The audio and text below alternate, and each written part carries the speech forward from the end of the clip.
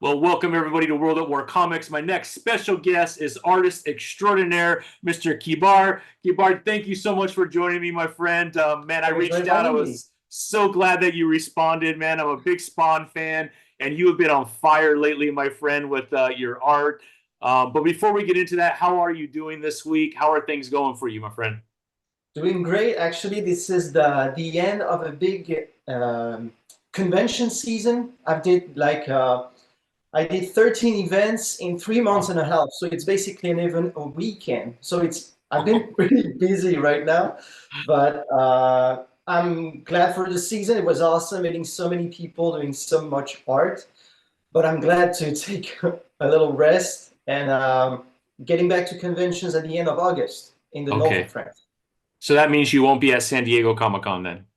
I won't actually. Actually, I've applied, but the thing is always the same. Artists Yeah. apply and they don't get answers Yeah. every time.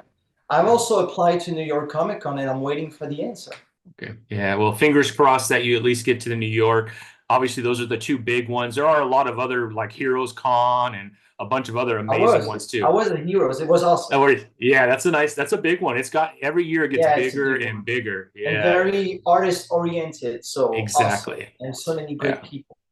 Yeah, I've never been to New York Comic Con, but I hear from a comic book writer and artist standpoint, it's a little bit better than San Diego Comic Con, where Mhm. San Diego Comic Con is bigger, and obviously Artist Mhm. Alley is amazing, but it's very Hollywood centric too, because a lot of the movie producers and they come with all the new movies that are coming out. So you kind of have a split crowd there that are only there for the movie side, and then you have the comic fans. So but it's awesome. It's an amazing experience. And obviously, San Diego is a beautiful city. So it's a great place to spend some extra time. Yeah, San Diego seems totally, definitely oriented on movies, although there's a huge artist alley. From what I've seen in New York in 2022, when I saw Todd for the first time, there's this big floor for artists. There were like 250 artists, so that's a big, big floor. But it's more a hybrid convention in New York, I would say. Yeah, yeah, very good, very good. Well, I'm glad that you're getting around. I mean, obviously that helps you get your name out there. Obviously, you've got a really good thing going with McFarlane and everything that he's doing over at Spawn and the whole Spawn universe. So congratulations on that. But I saw Thanks. some of your Superman work too. So fingers crossed that you're able to kind of slide into DC and get some stuff done if you're not already starting to do that. But yeah, the art is incredible. I'm not. I'm not. That's the big news. I'm not yet. Okay, all right, all right. So hopefully, I mean, obviously, doing what you're doing now that helps, right? And so just get in front of as many people as possible is the way to go. And man, your art is beautiful. I would love to kind of learn where the passion for art started in your life. Was that at a very early age, or was it a little bit later, like in your high school or later years in school when you started to get into art? Where did that passion begin for you? Well, the question is very common, and most of the time I got to answer the same thing that I mean, we all drew as children. It's just that some people kept on drawing. And my big inspiration, I would say, when I was a kid was the Sunday cartoons, Monday cartoons in France, which were Batman the animated series, Superman the animated series, and during the whole week we had Spider-Man, the 94, 96 cartoon, I would say. So yeah, this was the beginning of the whole thing. Then I dropped drawing for big time, and I came back to drawing very slowly, starting with the coming out of The Dark Knight Rises and Man of Steel, and obviously I saw the Marvel movies and stuff. I watched the community online, the community of artists, and I started to. I had this very lovely guy called David Bastille who asked me if I wanted to have a table at French Comic Con, at Paris Comic Con. So I had a table as a fan artist. So I started as a fan artist with an Instagram account. I did some fan cast. I did some fake posters and stuff. And at some point during COVID, I had American clients asking for commissions. And again, I was just a fan artist, but I enjoyed the work. And then I had two major, I would say, American clients. One was the director of Superman and Lois, Jay Jemison, one of the directors. He asked Wow. me to do a series of fake covers, I would say, based on the show, to give it to the crew, the cast and crew, as a gift of Ah, wrapping, I would say. So that was the first project. And the other project, obviously, was when Todd McFarlane sent me a private message on Instagram, and then we went on this beautiful journey. I mean, yeah, that's got to be a little exciting to get a little note from Todd. He's obviously nicknamed the Todd Father for a reason, man. He's accomplished a lot in the last, almost 40 years that he's been 50 years, 45 years in the industry. That's incredible, man. I mean, that's got to be a really good feeling of him just looking at your art saying, this guy needs to be part of what we're doing here over at Todd McFarlane Productions. well, the first reaction is a poker face for like 20 minutes. You don't know how to react, and most of all, you don't know how to answer. You want to Yeah. do a polite answer, excited but not too much answer. So you got to figure out what to answer. And I didn't thought it was fake because everybody's asking me, did you think it was a scam? And I didn't think it Yeah. was a scam, but I Yeah. thought it was just browsing on Instagram, looking for artists, making contact, but not nothing very serious. And 3 days later, we had a Zoom conversation with him and his friend Thomas Seeley, lovely guys. We had an hour geeking out about our favorite artists. It was, I would say, half very cool. Like if you want to do the art in 6 months, you'll be in the book 6 months later.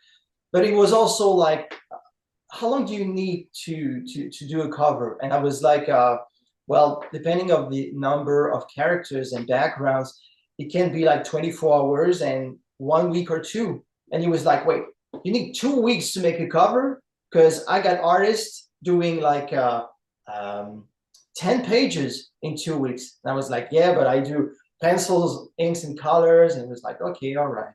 So anyway, we had this conversation. I sent a few rough sketches, and after they said okay for two of them, I sent the final artworks.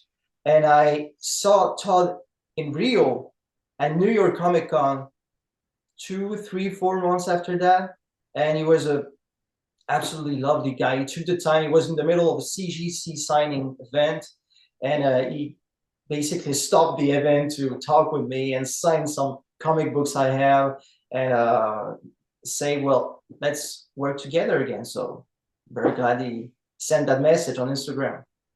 That's that's incredible. So that was your first kind of professional publisher that you did any art for, started with McFarlane?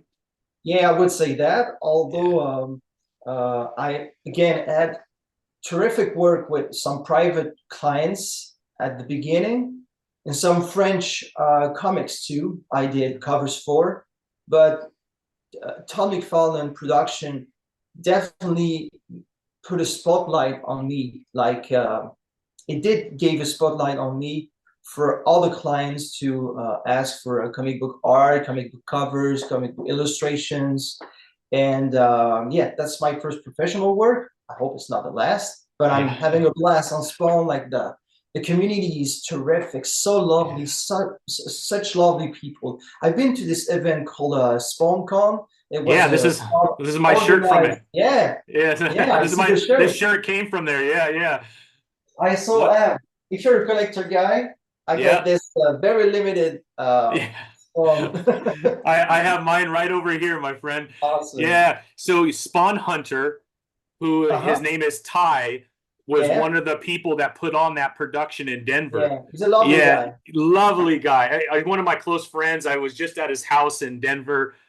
Just Uh, an amazing guy, and he looked for you specifically to try and be there because of your oh, that's style, so man. Yeah, sweet. That's so yeah, sweet of him. yeah, yeah. You know And they're he's gonna a do it cool guy. again. He's a very good friend of one of my French clients. I believe yeah, they're friends. So yeah, he was a terrific guy. We had a lovely time in Denver, and yeah, the convention was great. I hope there's a year two. I don't have much influence on that, but if they're going on a year two, they have the ability to do that. then I'll be the first one to sign on. It was awesome. I know they're working on it, so with no dates or anything like that that I'm aware of. Maybe Ty knows, but I know they're working very hard, and I think it's going to move around a little bit. And the more popular it gets, I think the more Todd McFarlane will get involved, since obviously it's about his character and his vision. So he wants to make sure that it's done in a certain way. But yeah, Sure. yeah, they're definitely working on another. I don't know if it'll happen this year, but I know they're working on it for sure. That's what I've Yeah, yeah, heard. From what I've heard from Thomas Seeley, I believe they were happy with the event. I mean, it was yeah, again very good mood and very lovely people. So I don't see yeah. any reason why there's not a year too. But like you said, I've heard they wanted to move the place maybe to a place where it would be more practical, more convenient for people to go. So we'll see. We'll see, my friend. We'll see. I hope they do it again because it was quite successful that first one.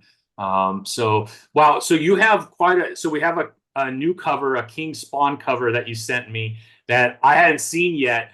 But man, I haven't this too. thing looks amazing. I know there's a little bit of a delay, so we're gonna have to wait an extra week. I'm gonna go ahead and just show the three covers, the 340, 343, and then the 36 of King Spawn. Is that okay? I'm going to share that, and let's just walk through Exactly. these because, man, they are absolutely incredible. So you can see my screen, hopefully, with the three covers here. So I have the version cover of 343 that I was telling you about, which is incredible. If you could kind of walk us through that story, because from my understanding is they were looking for different artists, and all these artists kept sending in pictures of Spawn in a church, and then they created like I think they call it the stained glass collection or something like that. But can you kind of walk us through that? Because that's absolutely crazy that that happened like that. I didn't know he had a name, but I've heard the story from Thomas himself. Oh, So okay. he's saying that we, four artists who oftenly uh, send covers Yeah. in the same time, at the same time, send covers of Spawn or Spawn characters uh, in a church without speaking to each other, the artists. So Thomas decided for this happy coincidence to launch two comic books, as you mentioned, the one with the title on and the Virgin one, which is super cool because I believe this is kind of a collector piece. So Yeah, awesome. yeah. I was so happy about it. It was my second cover. That's beautiful, man. That's incredible. And then walk us through 340 because I assume this was your first cover that you did It for was. McFarlane, and kind of walk us through how you came up with this. Was this like, was Thomas telling you this is kind of the look that we want, or were you given free reign and just do your thing, Kibar, and then send us what you got, and then they picked this one? No, they gave me so much freedom. But Oh. they say draw whatever you want. The quote of Todd is, I believe artists draw the best what they like the best. And I couldn't agree more. So I sent a few rough sketches. Also, this was my first professional work, so I got a lot of pressure. And so I sent six rough sketches, didn't have news for a month. Remember, Todd told me you gotta work fast. No response for a month. And so I sent six rough sketches, no response. And then after a month, they said, we go for this one and this one. So the 340 and the 343. I sent the first cover, then no news again for a month. And then they said it was okay. The only note Todd had at the time was that the cape was too orange and the body was too blue. And he told me Spawn isn't blue and orange, he's black and red. So you gotta be black and red. All right, so change the colors. Actually, I did this version. Don't know if you can see, but it is very much more red and less orange. Maybe the Yeah. light is getting this strong. Anyway, I could definitely see it. Yeah. yeah. So they said for this one, good to go. Go to the printer. And when they published it, it was the orange version. And what I thought is that they just picked the wrong Dropbox file. I guess. This sounds probably right, maybe, right? With all the information that they're receiving from all kinds of artists, I would Obviously. have to think that happens every once in a while. It almost looks like his cape is on fire. It looks really cool, I think, anyways. So even though it didn't come out in the color that you sent them and they picked maybe the wrong file, it did come out pretty badass, to be quite honest, Kibar, because it looks like he's on fire flying through the air, man. It just, and kind of talk about light, because I know just from the little bit of research that I have done on your art style, like lighting, obviously, for every artist is important. For you specifically, you like to spend a lot of time on ensuring that the light is shining for certain directions to be able to present whatever it is that you're trying, like the story you're trying to tell on your cover. Can you walk us through how you look at light when it comes to your art? Because you do everything, right? You're doing pencils, inks, and you're doing your own colors, correct? Yes, I do. And I think that when you're starting as an artist, when you're a young artist, you're trying to find your style, which is really pain in the ass sometimes because some people say, "Wow, I love your style," and like asking yourself in the bed, "What is my style actually?" And I think that what comes very often in the comments is the use of light, the way I use light, which I don't think is a genius way. It's just the way I process my work. And when also people ask me for art in conventions, I do these most of the time. I do these black paper pieces Yeah. because I feel I'm faster on it. I can go like twice or three times faster on black paper than on white paper. So yeah, I think that light is the software I have in my mind when I want to give, I would say, density to the art. Also, I think there's definitely a language about light. Like if you take a light and you put the light from below, there's Mhm. definitely a mood, a horror mood, like Yeah, yeah. the butler in the haunted manor. Like there's something quite frightening. If I do Yeah. this, maybe yeah. If I do this, there's something very lonely about this. Like it's like yeah, it's a lonely moment, lonely mood. This one is more conflicted, like he has a bright side and a dark side. So you can totally use light to tell your story. And I would say it can be there can be a narrative light, I would say. I saw that when I posted something on Instagram. I posted a little light study, I would say, but it's very rough. It's like something very basic. And I put this, I took this Batman head, and I put some light from below, from the top, etc. And people responded so enthusiastically to this post. I was like, okay, there's something about light. Yeah, it's certainly I at least I feel is a big part of your art style, just from my perspective, seeing the covers that I've seen that you've done.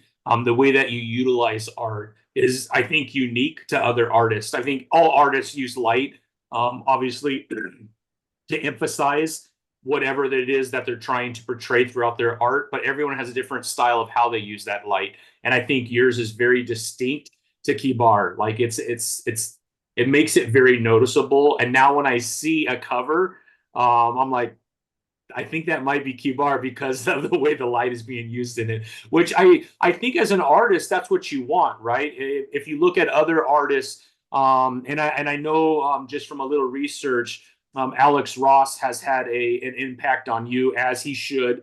His style is very unique. You look at anything that he's ever done, you know exactly that's who that is, right? And so I think that's where you want to get to as an artist, is when someone sees a cover, they know exactly who it is without even walking it up and picking it up to see your name written on it. I think that is absolutely incredible when an artist is able to do that. Is that kind of a goal of yours, Kibar? Well, that's the perfect scenario, but you never know. And Yeah. also, my work is digital, so you gotta give some digital texture, I would say, because when you're drawing traditional, you can definitely see. Like I think my black paper pieces, you can Yeah. totally tell. Oh yeah, that's the one from Kibar. I would say the digital stuff implies more settings. I would say Mm. there's light, there's texture, there's anatomy, of course, there's color, there's many settings that maybe you can't you could associate to other artists. Although that's true what you said. Alex Ross has a huge impact on me. That's obvious. I had his mythology book in my bedroom when I was 8, 9, 10, something around that. Gabriele Delotto is also big, huge influence. Like the way he draws anatomy, the way he draws, the way he sculpts with light, and also other artists, pretty different. Not painters, but the Ramirez, I would say Ramirez, like senior and junior. Some modern artists like Julian Totino Tedesco, is doing terrific work. So many people influence me that sometimes you can't really feel exactly what influences you. It's just I got this photo library in my phone. I got thousands and thousands of images, and then sometimes there's something popping in my mind, and maybe that's supposed influenced by Alex Ross, or maybe that's a light influenced by Gabriele Delotto. But at the end of the day, it's just my mixed up thing. And I guess we'll see in the few years if we can look at the big picture and say, yeah, that's Kibar style. Yeah, yeah. I love it, man. I love it. I'm so happy for you. Like this is an artist dream, right? A comic book artist dream, just to be able to do some of the things that you're doing. So I'm so happy for you. Well deserved. Incredible work. And then we have this King Spawn, which, like you said, was supposed to come out today. Will be out next week, but man, incredible. Looking up, like you said, the light shining down. What was kind of the emotional influence on this piece? You got the hands kind of coming from the bottom. So obviously, I got to read it to figure out where you're getting this influence from. But I mean, absolutely incredible. Can you kind of walk us through this piece? Yeah, so that's again one of the few rough sketches I send, and at some point, sometimes you don't know why the editor prefers one from another. So that one was the one that Thomas Seeley liked the most.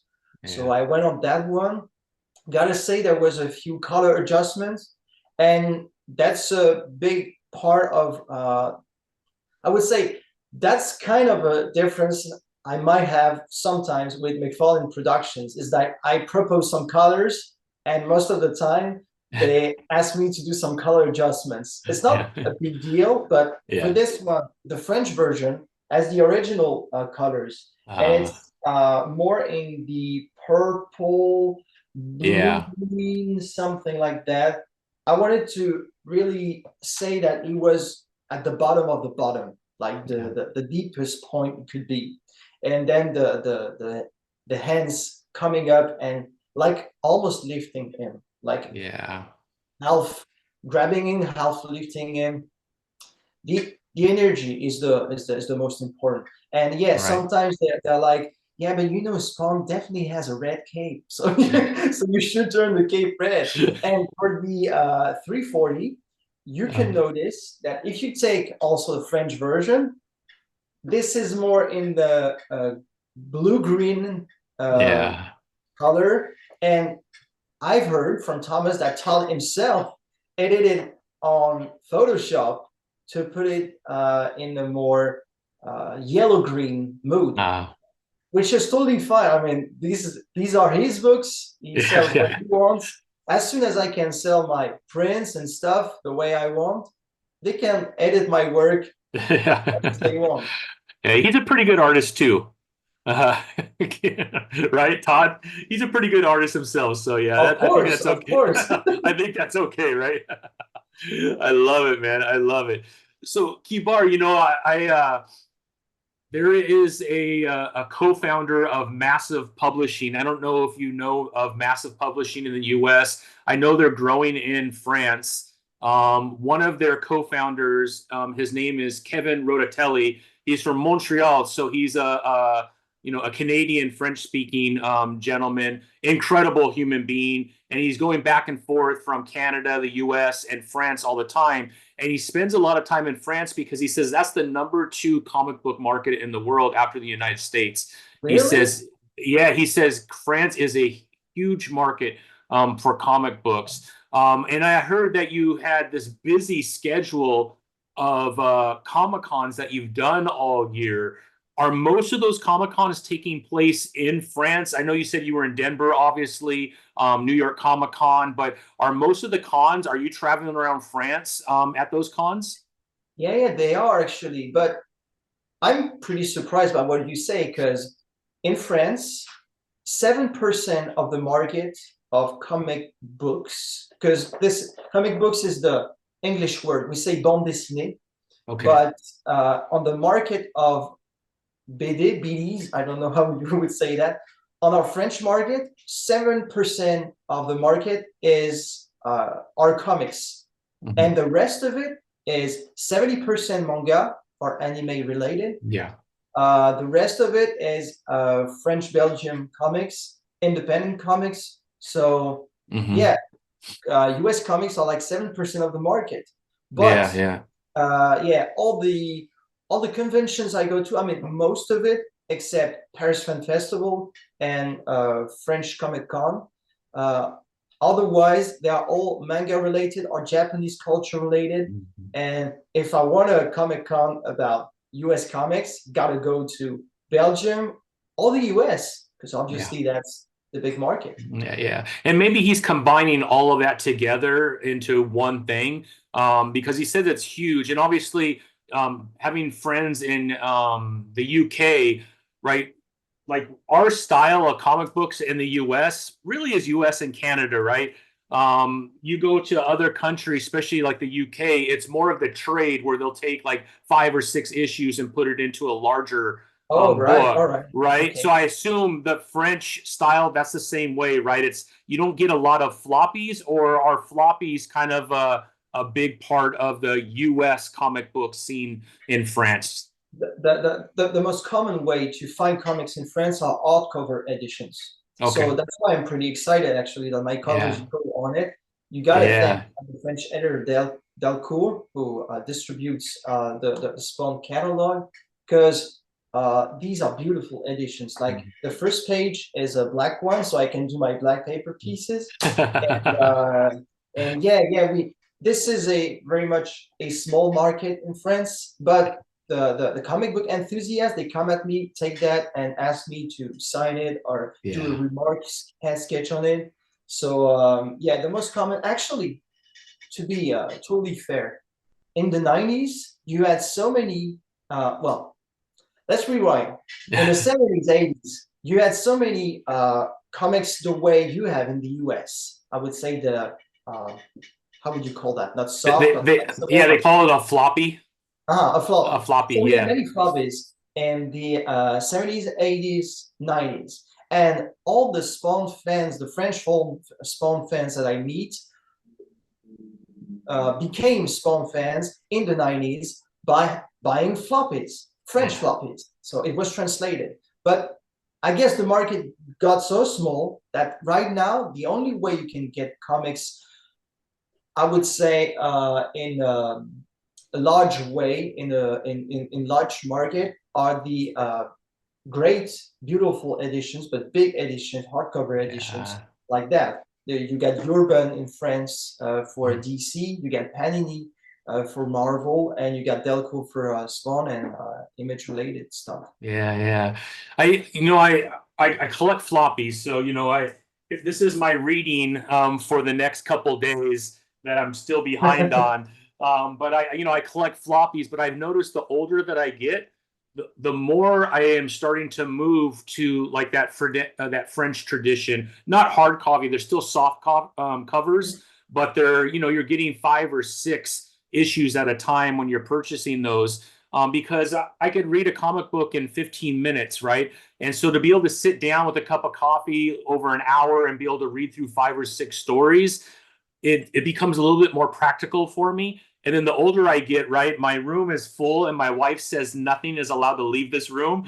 So I got boxes of comic books. So I have to be a little bit more practical about how I'm collecting. Now I do have, I'll show it to you only if it's right here. I don't want to waste too much of your time, but Oh, that's all right, man. I was at we were talking about Thai Spawn Hunter. Um, in Japan, it's the same thing. So this is the Japanese version of Spawn, I've never seen that.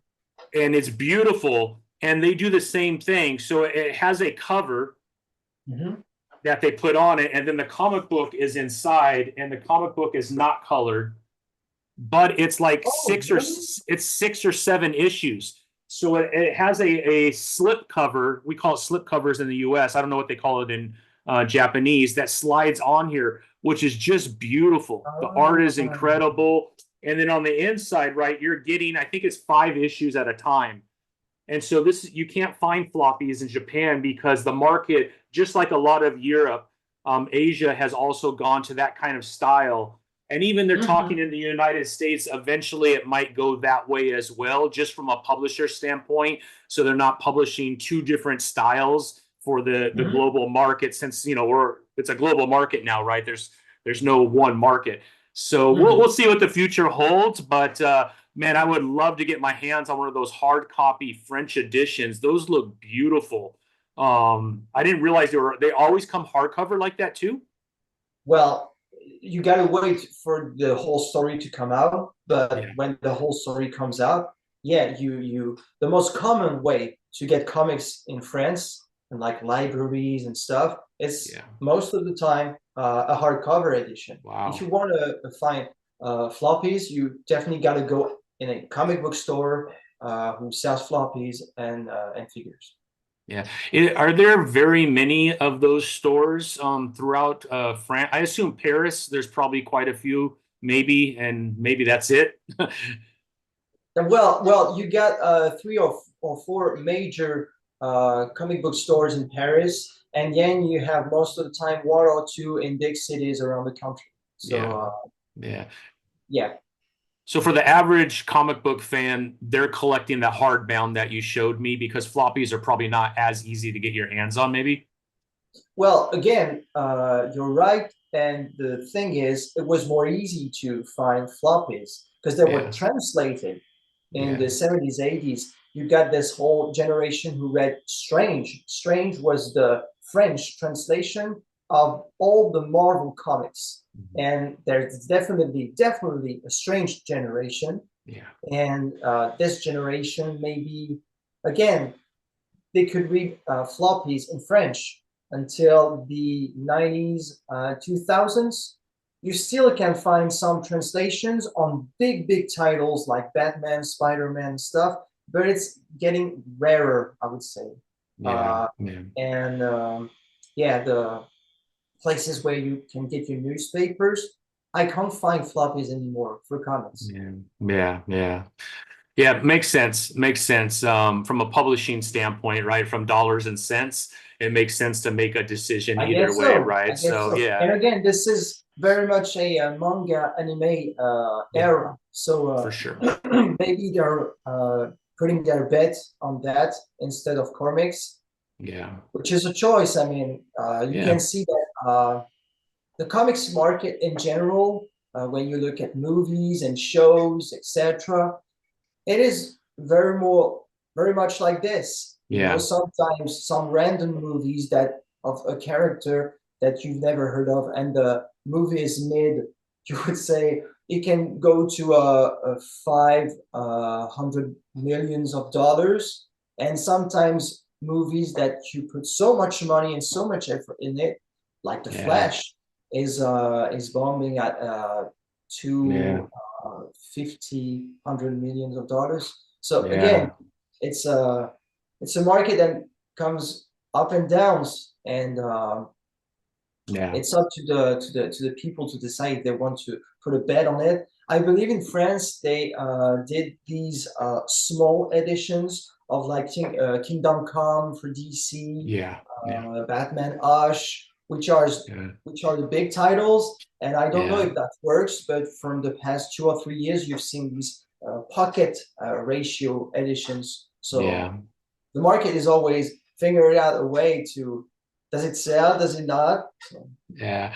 Yeah. I don't know what the split is from a percentage standpoint between manga and comic books in the United States, but I know manga has exploded in the US. So we're even seeing in the US manga versions of Batman, Spider-Man, Superman. I might even have one.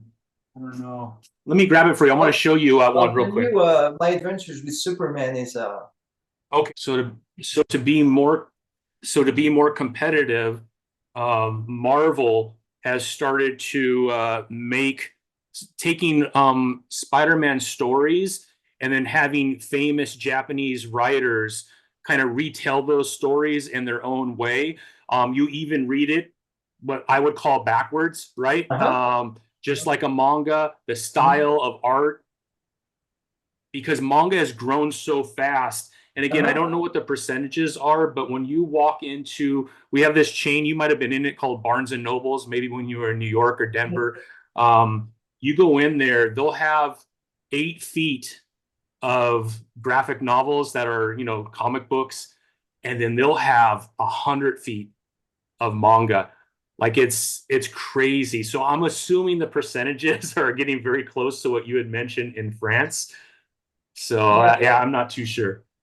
Um, I've heard that in some shops that really bet on comics, the percentage can go to 10 or 15%. When they do Mm, both, yeah, but they yeah, want to put comics in front, it can go to 10 or 15% of the sales. And the yeah. rest of it, again, on the national market is 70% for manga. But Wow. the thing I would say also is there a paradox, I would say, because in cinema, the movies are not performing as much as the Yeah, comic book movies. yeah, And the comic book conventions have never been that popular. Like the Hereos Con I went to in Charlotte, they beat their record, their record. The New York Comic Con is getting bigger and bigger. So yeah, yeah. again, that's a complex market. It is. It is. And like you said, it does go like this. And there's a lot more competition, to be quite honest, right? I mean, the more manga grows, right, that audience obviously is going to grow. And then I think, right, things take and then they peak and then they come down a little bit and then they'll find kind of a medium of where it will kind of stay for a while, I think. And manga is fairly new in the US. I mean, manga's been around in the US for, 30, 40 years, but the popularity over the last 10 years has exploded in the United States. I'll be honest with you, I never got into manga until like the last maybe 4 or 5 years. And now I'm watching Chainsaw Man, I'm watching Demon Slayer. I mean, it's absolutely incredible storytelling.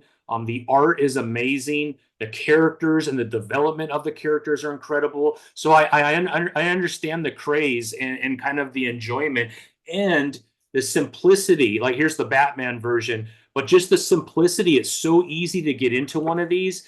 They're long enough to where you could sit down for a good story, but they're not too long where you're gonna have to spend a week reading it. And like you said, it's pocket size. I could throw this in my backpack when I'm going to work or if you're going to school. So I understand it a little bit and I can understand the popularity of it. Just, I'm almost 50 years old and comic books are very special to me. So I don't think anything will ever happen to comic books, but, it's always worries me when I see a little bit of a decline. But I also know in the US with crowdfunding and everyone making their own comics, that's also a huge competitor to Marvel and DC. You could go to Kickstarter and find thousands of people making their own comic book, which is exciting also because we're getting new stories and unique characters, which is great too. I don't know if you experienced that as well in France. Well, yeah, I would say that the difficult thing for the runners, the bosses, and I'm definitely not one of them, is that when you have franchise, when you have titles, characters, famous characters, you gotta put in the current trend. Like you want to make them fashionable, Yeah. you gotta be on the whole spectrum, I would say. you got in the ideal world, you have a cartoon for kids. You got something for the teenagers getting into teenage years. You get something for the adult public. And then you got to cover all the medias. You got to cover comics. You got to cover, I don't know, radio, podcasts. Yeah. You got podcasts, Yeah. TV, platforms, cinema, music. Like, this is a huge thing. And Yeah. for someone like me, why is Superman one of my favorite heroes? Because I watched his cartoon and I Yeah. was 3 years old watching a cartoon that I can still watch years later. And Yeah. that's a big part of, I would say, the success of the Batman animated series. Yeah. Is that this cartoon could be watched by a 3 years old, and you have more understanding or more empathy for the villains, for instance, when Yeah. you're an adult. Yeah. So that's a whole spectrum to cover, and it can be hard for people running these characters. But also, Yeah. you can see that we are definitely in a pop culture era. Yeah. So in this era where so many adults play video games, like 60-year people, they Yeah. play video games. In this kind of era, you can do anything. You can launch a Yeah. new character. You can bring back an old character who was not fashionable anymore. You can do anything. Yeah. Yeah. It's great. That's a good part of it, right? Now, Kibar, you're doing all these amazing covers. Are you an interior artist as well, or do you stay away from that and you really like to kind of focus on covers? Because talking to different artists, there is a difference between the two, and some prefer one over the other. I was just curious if you ever have done some interior work. Do you like doing interior work, or is your style like I want to make the best covers possible to shine light on these characters? I'm not an interior artist. I would say yet, because I'm not, I'm open to it. Hmm. But right now, the thing is, I, well, the big difference with between cover artist and interior pages artist is that one is taking much more time on Yeah. anatomy, lighting, color, etc. And the other difference is that the illustrator, when it's an illustrator, is doing the whole thing, Yeah. pencils, inks, and colors. So the ideal world would be for me to have an opportunity, if I have, to do interiors where I do everything, like Ross did, like maybe Ben Oliver did that. I don't know, but Yeah, Daniel this Warren type of art, Johnson. There's a few of them out there that do uh-huh, it all. Yeah. Sienkiewicz. So Yeah. so I would love to do that, but it takes the trust of an editor to say, okay, all the pages in terms of time and in terms of um, covering the whole process of it will be given to one artist. Yeah. And again, I have so many ideas for stories, like so many Spawn fans coming at me. So we'll do an interior story. We'll do like your own run. This is very sweet, but I just started covers last year. So I would Yeah. love to do that. And I got many ideas because people ask me to, so I can Yeah. start to come up with ideas. But right now it's a very early stage of a process. And gotta say, my biggest dream in the industry is to take on the characters of my childhood, who Yeah. are the Hulk, Daredevil, Batman, Spider-Man, Superman. If I can do covers for these guys, then the dream is reached, and Yeah. then I can consider doing interiors. And also sometimes you have a great opportunity you don't expect, and then Yeah. you go into that. So again, surfing on the wave, being open to everything, and we'll see Yeah. what we get. Yeah. Yeah. I think that opportunity will eventually come. I do think so. Let me pull up your Superman work real quick, my friend, because it is pretty amazing. I'm gonna go ahead and pull it up just for fans to be able to see. So here we go, T-Bar. It looks like you've been working hard on your Superman imagery because you got quite a few things going on here. Incredible artwork. Can you walk us through? I mean, there's that Superman and Lois. Is that the one that you did for the director to hand out to all of the cast? Exactly. Yeah, So that's amazing. so Jay came at me one day with an email and said, I have this idea. I want to give to the cast and crew as a, I would say, a wrapping gift. Uh, Small covers, obviously fake covers, but covers yet, based on the 15 first episode of the first season. So he asked me to have some ideas. He also had some ideas for each episode. And sometimes I had 2 or 3 ideas for each episode. And then we made 15 covers. He was happy about it. So we went on season 2 and then on season 3. And I got to thank him because this is one of my very first big project I worked on. And this is one of my favorite characters of all time. So it's like a dream come true. And he was always so enthusiastic about the work. I was really in a confidence mood where I could experiment, sending things. I think you could tell that it got better because the first one was very sweet, but I wouldn't show them today. But it was so sweet, and I'm happy it got better because he was so happy about it. So. Yeah. Well, congratulations. I'm so happy that you got an opportunity to draw something that you've loved for so long. That's absolutely incredible. But yeah, the artwork is awesome. It's just a matter of time, I think, Kibar, before you get your opportunity to do something like this over at DC and or over at Marvel with some of your favorite characters.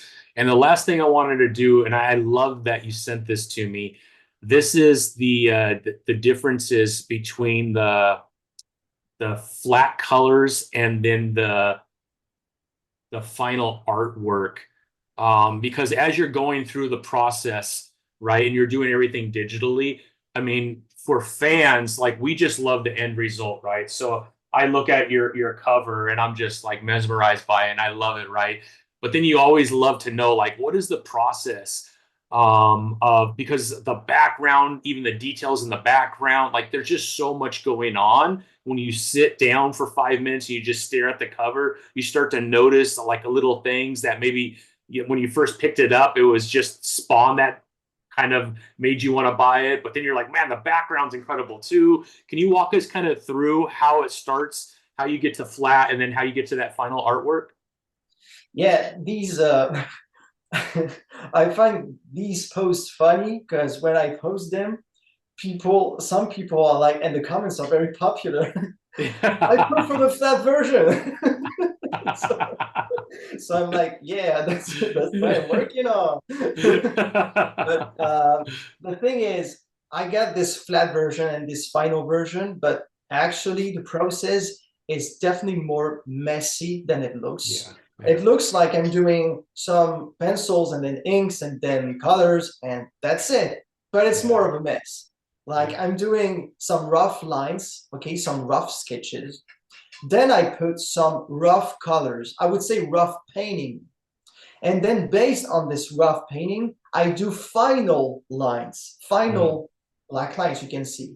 And then I go back to painting and final colors, but based on the rough colors I did. So it's a messy process that's making me lose a lot of time, but that's my process and that's how I get to that. Yeah, that's how you get to that final beautiful image. I'm not 100% sure, but I believe just, Todd McFarlane doesn't do it anymore that often, but he used to on YouTube and Instagram. He would do like these 5-minute art sketches, and he had that giant digital board where he would, draw his like, this is how I used to do Spider-Man, or this is how I would do Batman. Is that the same kind of technology that you're utilizing when you're doing your artwork, or is it completely different? It's another technology. It's a tablet. It's an iPad, basically an iPad. Okay, yeah. And I work on Procreate, which I very much changed the way I envision. I considered color. At the beginning of my career, I was on the black paper, and I was like, okay, I'm gonna put some colors, but I'm not a painter and stuff, so I'm not gonna make my life so complex. And then with Procreate, I was like, there's so many possibilities. And also the digital work gives you so much flexibility Yeah. that I also love the fact that it records the drawing I'm doing, so that I Yeah. can put the time lapse on Instagram or social media. I love that. Yeah. I do So too. I love watching that. It's amazing. Yeah. so yeah, that's the big thing. Flexibility, opening your mind to color, and recording your stuff. Also zooming in. Like Yeah. I'm realizing right now, if I work too long on the iPad, I'm always doing that to go, drawing the stained glass or the eyes. So Yeah. I'm zooming in, and then when I come back to black paper, I happen to see myself zooming on the paper, which is the most silly thing to do. But again, that's just the mechanic of the arms doing a automatic stuff for you. Right, right. Well, it looks beautiful, man. Congratulations, Thank Kibar, you. man. You are extremely talented. What you're able to share, right? I mean, a lot of times people are working on things that they're not allowed to share. Completely respect that. Are there things coming up that fans should expect from you outside of the King Spawn, which we know will be out now next week? Are there other things that we could start to expect, or are you not allowed to kind of share on some of the things that you're working on right now? Again, I've been doing some work for French comic books. I hope they get out very soon because I'm pretty happy how it turned out. Also, considering the expectations of the writers and the creators of the comics. And I can tell you that I sent two more covers for TMP, for Todd McFarlane Production. I hope they come out. Like I did this thing for Rat City. I don't know if it Uh, ever will because we are getting to the end of the series, but I hope they will because they asked me for that cover, and I was happy again how it turned out. I sent another cover for another series, and the more you can expect from me is going back to conventions, maybe more US conventions, since I did SpawnCon and Heroes. I hope to get to New York in October. And for the rest of it, yeah, that's all I can talk about right now. no, very good, Kibar. I can't tell you how happy I am to meet you in person. Big fan of your work, my friend. Thank you very much. Congratulations on your success thus far. Working with Todd McFarlane, who is one of my favorite creators of all time.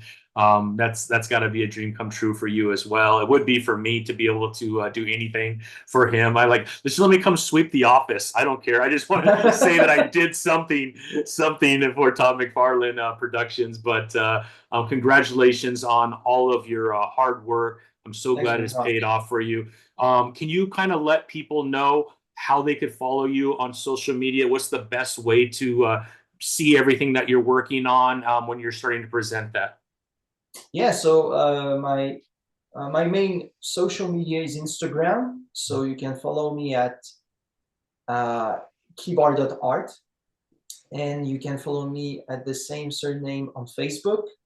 And then it's on X, it's Kibar with that little thing, Under slash. under slash art. Yeah, So it's not a yeah, dot, it's the under slash. And yeah, yeah. that's for online stuff. And yeah, I can I do some I sell some prints of my art that you can see online, and obviously I'm open to commissions for Yes. clients. And so if someone wants a commission, do they DM you through Instagram, Exactly. or do you have a website that you like to send people to? No, I don't have a website, but the basically the website is the are the social media. Perfect. Yeah. So just go ahead and send you a direct message saying, man, I would really love for you to do whatever that is. And you guys take it off from there. So that's absolutely amazing. Having the accessibility to you for fans, I think that's incredible. So hopefully if anybody's looking for incredible artwork for their collection, man, Kibar is your guy. Kibar.art on Instagram. Just DM him and he will make your dreams come true with whatever character, I guess, that you would like to look at. But I hope to get to meet you someday, Kibar. Hopefully they do Spawn Con as soon as we know the place and the date. Hopefully you're able to come back. I would love to meet you. Obviously, I want to get my Virgin cover signed by you, my friend, so that way I could put it with Sooner all or my later. other signed prints sooner or later, eventually, right? Eventually. But I'm so happy for you. Is there anything else that you wanted to share, or did we cover everything? No, we had a great time actually. Maybe saying something about Yeah. AI art because Please. Yes, I see, I absolutely. see I see a bunch of it Yeah. on Instagram actually. It's actually quite crazy how fast it got on my Instagram algorithm. Yeah. And I think we've seen some cases recently in the comic book world, some artists, sometimes some Eisner awarded artists Mm-hmm. were happen to use AI in a not very moral way, I would say. Yeah. So we've seen some cases. I think there's a common understanding right now to say you need regulation.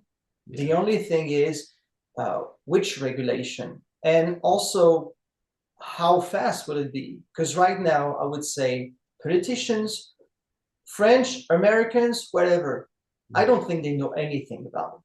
Like, No. let's be honest. No. They've seen some things like, oh, it does 8 fingers and stuff. That's not the point. The point Yeah. is, it is stealing art from people. So that's Yeah. definitely a powerful tool because it's stealing. Mm-hmm. It's got to be powerful without stealing, and you got to be able to go into the data to see what is feeding the beast. Yeah. So you got to be able to do that to do regulation. Then you got to do some retribution. Retribution, I would say. Yeah. If Yeah. you're an artist and you allow people to use your art, you got to give some retribution to it. Yeah. The last thing is the comic book editors got to tell what their position is. Yeah. Like I've seen that Jim Lee is has a very clear position on it. The people who happen to use AI, they got the covers canceled. Yeah. So Jim Lee's position is very clear. Some other people, the position is not. So you got to see what they think about it. If you think that's a progress, say it. If you Mm-hmm. think that, because you can compare everything, um, how to put this? I've heard some people say that AI is like cars replacing horses, and I don't think it is. I think that in AI, that's why people come at the conventions. You got the human interactions, Yeah. and also sometimes these people don't know how AI works. It's not Yeah. like you can take AI and then make something with it. No, Most of the it time, has to draw that information from somewhere to create it, and that's yeah, stealing from other artists to be able to put that together, right? yeah. And also sometimes they're like, yeah, but what I see from AI is very creative. It's not. It's advanced. It's powerful. It's not creative. It would be creative if you had like pieces of it and you make something clever about it, intelligent about it. It's not. It's you're typing a prompt and then you got something very automatic for cheap. Like it's not that expensive.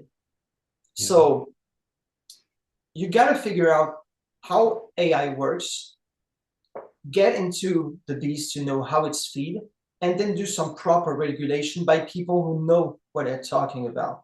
And then editors have to say what their Yeah. policy is. Do they Yeah. use it or they don't? Yeah. I think, like you said, I think publishers and leaders of those publishers need to come together and set the tone for what those rules are so that there could be alignment.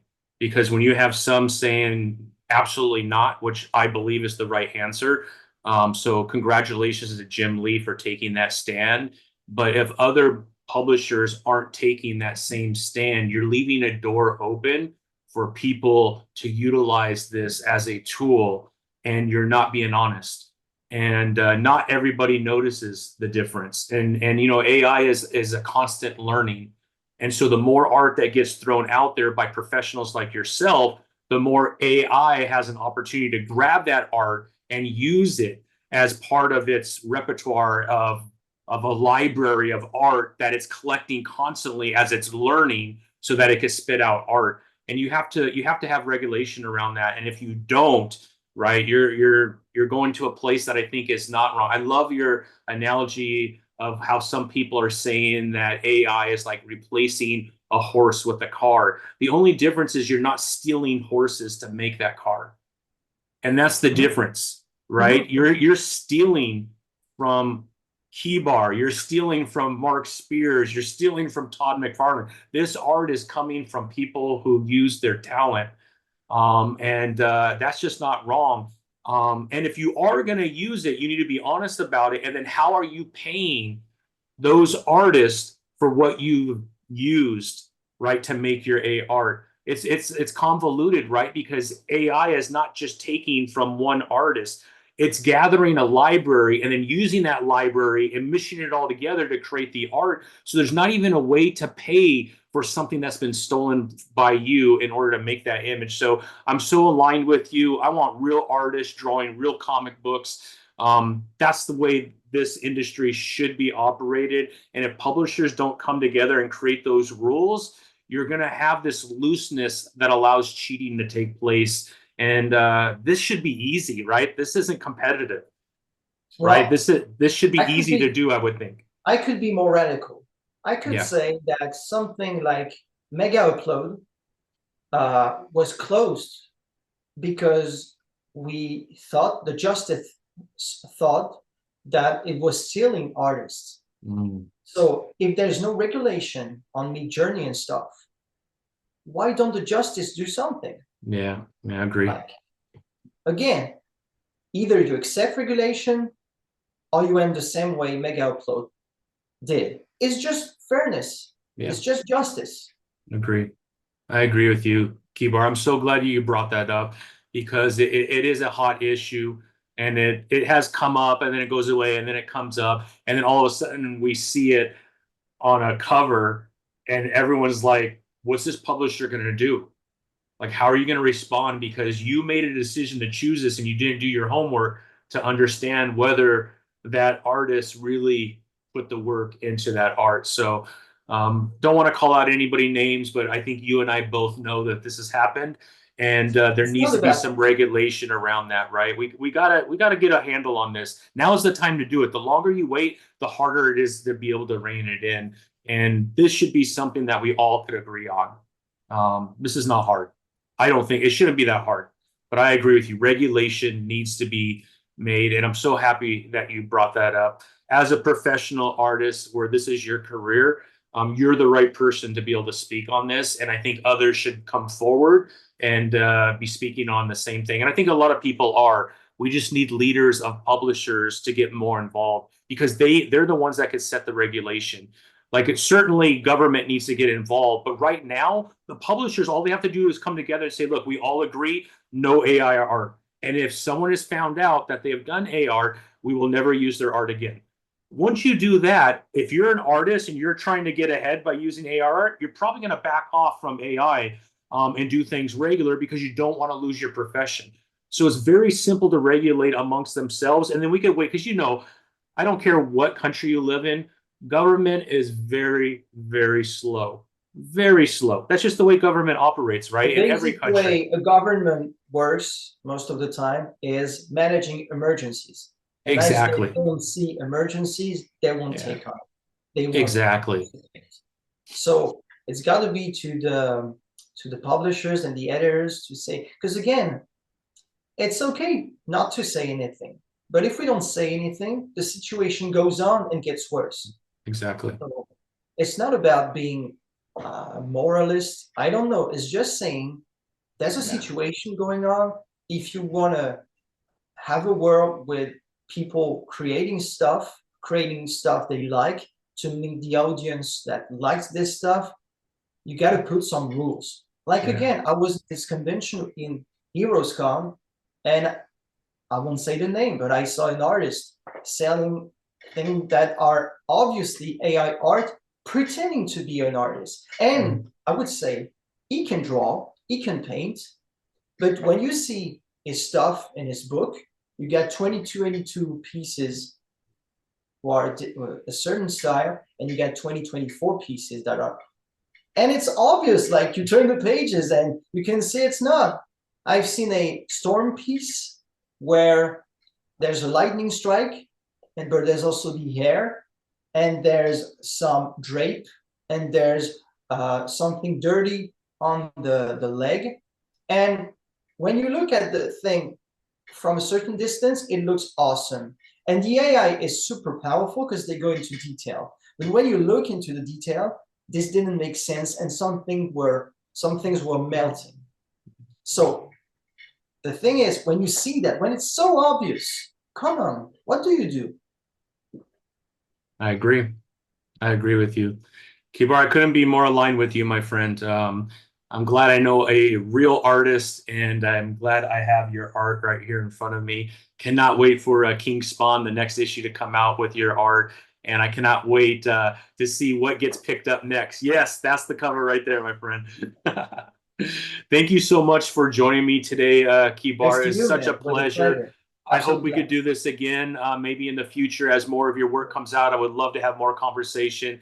And even it would be amazing to bring some artists together and maybe just talk a little bit more about AI. I think the more we talk about it, the more publishers feel a little bit more pressure that we should probably pay a little bit more attention, or at least we should speak and give everybody kind of our standing on it. And I think a lot have. I want to be fair. I think a lot have said, look, we're not for AI, but unless they come together and they say, this is the result of someone that turns in something that has AR, here's kind of the punishment for doing that, you're leaving doors open. Let's just make it clear. It's unacceptable. And if you do it, you're not going to be an artist for our titles, our publishing company anymore. That should end it, right? Unless you're willing to take those kind of chances, which I'm sure someone will, and they'll get caught, and then hopefully that example will put a little bit of fear of others. Learn the trade. It's a hard trade. I wish I could draw like you, Kibar, but you know what the difference between you and I are when it comes to art? You're willing to work harder on it than I am. I have other things that I enjoy more than drawing. So let's honor the hard work that you put into yours, by ensuring that people aren't stealing from that and creating things out of thin air with a few prompts on a keyboard. It's not fair. It's not right. And maybe I would also say that it's getting people wrong about art. Mm-hmm. It's like, it makes people think that it's easy to do art. And actually it is, but not this way. Yeah. Like at the end of the day, drawing is about your idea, getting into basic shapes like circles and rectangles, etc. And then learning a bit of light, color, etc. like human anatomy, etc. It's just that. It's just you got an idea, you put it on paper, and then with basic techniques that you can take a bit of time to learn and get better at it, then your drawing comes to life. It's magic. Something automatic is another magic. So again, it's not that hard to learn art, but if you're doing this way, you're not learning art. Yeah, agree. Well, Kibar, thank you so much. I really appreciate your honesty and your transparency around that. I think that's a very good message. Hopefully we could bring people together to put pressure on the industry. Let's just make it clear. But that could be for maybe another show. I would love to have you back, my friend. I really enjoyed the conversation, and I thank you for making time for me. Really enjoyed it. Thanks very much. Have a great day. Yeah, you too, my friend. All right, hold on real quick, Kibar.